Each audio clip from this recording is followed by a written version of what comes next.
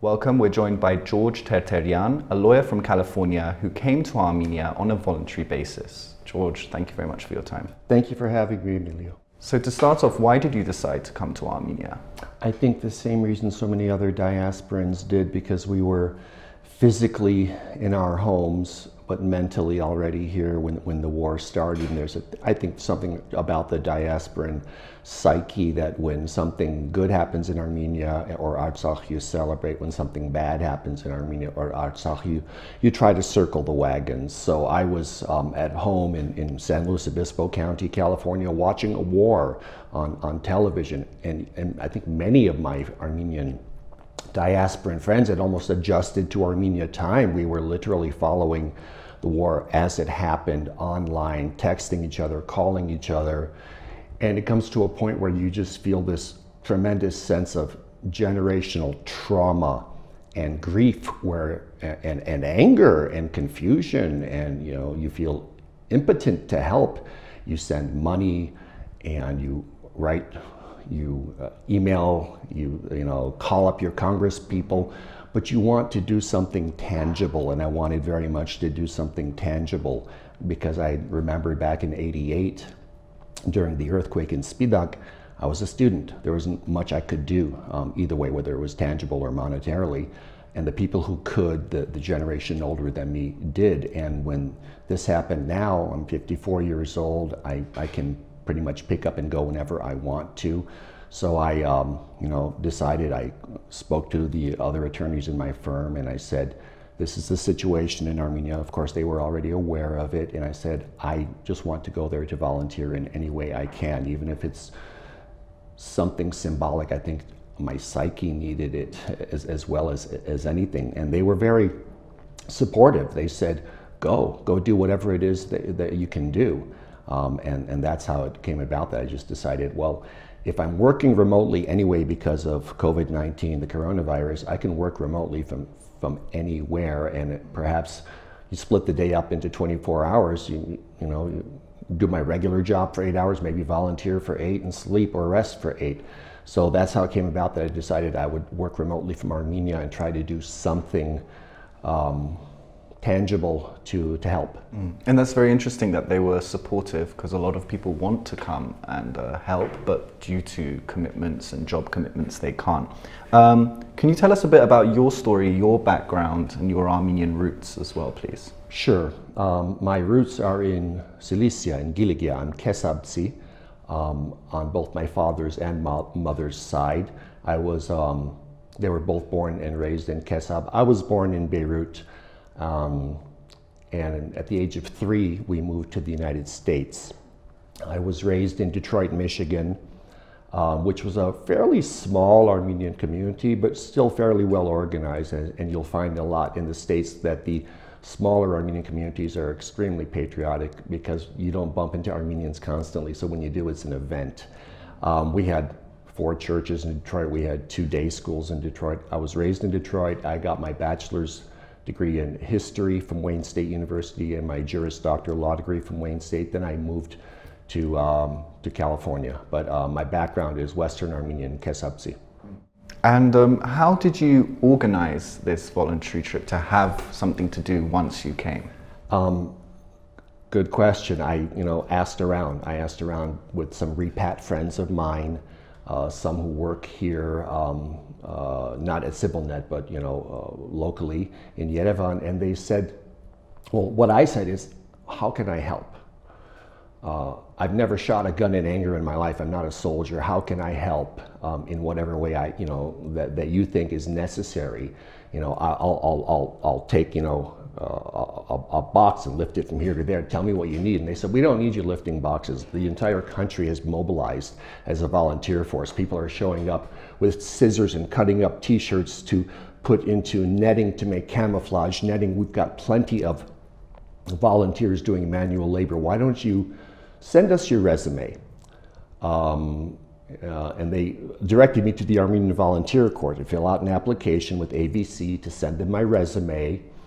And then AVC was great. They were very lightning fast. They got back to me and they said, when you arrive in Yerevan, this is our address, this is our number, call us, we'll schedule an appointment for you, we'll interview you and see where do you best fit in this puzzle of volunteers from the diaspora? Because, for example, my flight, the second leg of my trip from Paris to Yerevan, the entire plane, other than a couple of foreign journalists and Baroness Caroline Cox, the entire plane was diaspora and Armenian volunteers bringing medical supplies, bringing really whatever they could. And some of it was chaotic, as it always is in situations like that, but the entire plane was full of volunteers. So when I got to ABC, they looked at my resume and they said, well, okay, you're a lawyer, so you know how to write, you know how to read, you know how to do research. Your Armenian is fairly fluent.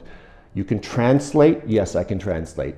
You can edit documents in English to make it sound proper to the English ear? Yes, absolutely. I'm raised in the States. Our English is a bit different than yours, but I'm sure we can understand each other. So they said, come on down. We're going to get you an interview at CivilNet.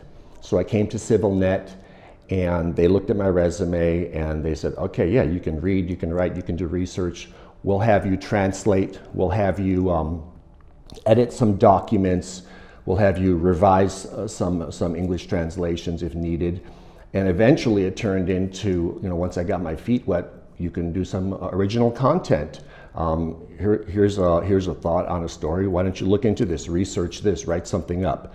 So it was mainly through the AVC Armenian Volunteer Corps that I was directed over to interview with CivilNet, and have been able to spend a few weeks pitching in here. Mm-hmm. And what did you think of Armenia on this trip? What did you see? How did you perceive the country? I hadn't come to Armenia in the past under such circumstances. I've only been in Armenia 3 times now. My first time was 1984. I'm dating myself a bit, but that was post-Brezhnev, pre-Gorbachev, during Chernenko's reign in the Soviet Union. It was Soviet Armenia. That was my first trip. It was with the graduating class of the Manugian School, the class of '84. And we traveled the country as guests of in-tourists. They took us around. It was very regimented back then. And it felt, to me as an 18-year-old, very Soviet. It did not, there were no restaurants. If you went to a restaurant, it was in the hotel, and they were mostly serving Russian food. And if you wanted Armenian food, you had to find your relatives. My second trip in '09, it was day and night. When I came in '09, I spent a few weeks here, and it felt more Armenian. I felt very much at home. It felt more modern. They'd already built the Cascade in the Northern Boulevard. So that had changed. And something about, I think, the people was starting to change. It was becoming more and more modern. This last trip, obviously this was not a vacation. This was, I'm coming to Armenia to do what I can, and you're coming in the midst of demonstrations. You're coming in the midst of a war. The war was still very much ongoing when I arrived. So this trip to Armenia felt entirely different, but there's still something about it that just felt very, very Armenian, because if you know anything about Armenian history, as we both do, we've been through many peaks and valleys, mostly valleys. We've had a lot of hard times, and there's just something indomitable about the spirit of the Armenian, that even in the midst of war, of being attacked by 4 different armies, of being betrayed, as you might see it perhaps by allies or the rest of the world looking the other way, there's just something about the Armenians who come together in a moment of need and just work and survive. And finally, what would your message be to diasporan Armenians that want to help?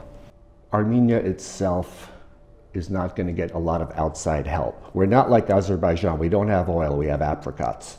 And the world only needs so many apricots. And as my Lusahoki, my departed Kesabsi mom, used to say, meaning, if you have fingernails, scratch your own head, meaning help yourself, because the world might not help you. So if I can say anything to diasporan Armenians, and I'm hardly a representative because there are so many diasporans here, like you, like others, for example, who have repatriated and have done infinitely more than I'll ever do for Armenia. But my message to them, if any, is come visit, come network, come connect online, at least at first, with the nonprofits. See what you can do, because when they say, if you have fingernails, scratch your own head, our fingernails are our collective intelligence as Armenians. We have a country of 3 million, but we've got a diaspora of at least 7 million that can pitch in that can help out, and in times of need, in times of crisis, is when they need us the most. And if every Armenian could just lift a finger and do something, the collective strength of that would be significant. So what I would say to diasporan Armenians is, our history. We've been the crossroad of empires. We've been conquered by people who no longer exist. We've been conquered by Babylonians and Assyrians and Parthians, the Persian Empire, the Soviet Union, the Ottoman Empire, and we've survived. We are survivors, and our collective strength, I think, very much is from our diaspora, be it Eastern or Western, be it Barskahai, be it Hayastan, be it Libanon, wherever it is. Come visit just that first time, and you'll be hooked, and you'll come back. And Armenia right now has this new generation that is very intelligent, very energetic, very forward-thinking, and really for the diasporan Armenians under 30, under 40, not the old ones like me, but the ones that are like you, come and help. You will not regret it for a moment, even if it's something that you can only do a week out of the year or a month out of the year. That collective strength is something significant. And as diasporans, we often need it. Just because of that generational trauma, we need to feel like we're helping. And we actually are. I mean, when I came to CivilNet, they weren't thinking of me as a tourist. From day one, they said, "You're here to translate? Here, translate something. You're here to write something? Show me a draft tomorrow." It was just very much accepting me as a co-worker, and I'm very thankful for that. And I would tell the other Armenians, you will feel at home here. If you've never been, just come. You'll feel at home here, and you'll want to return.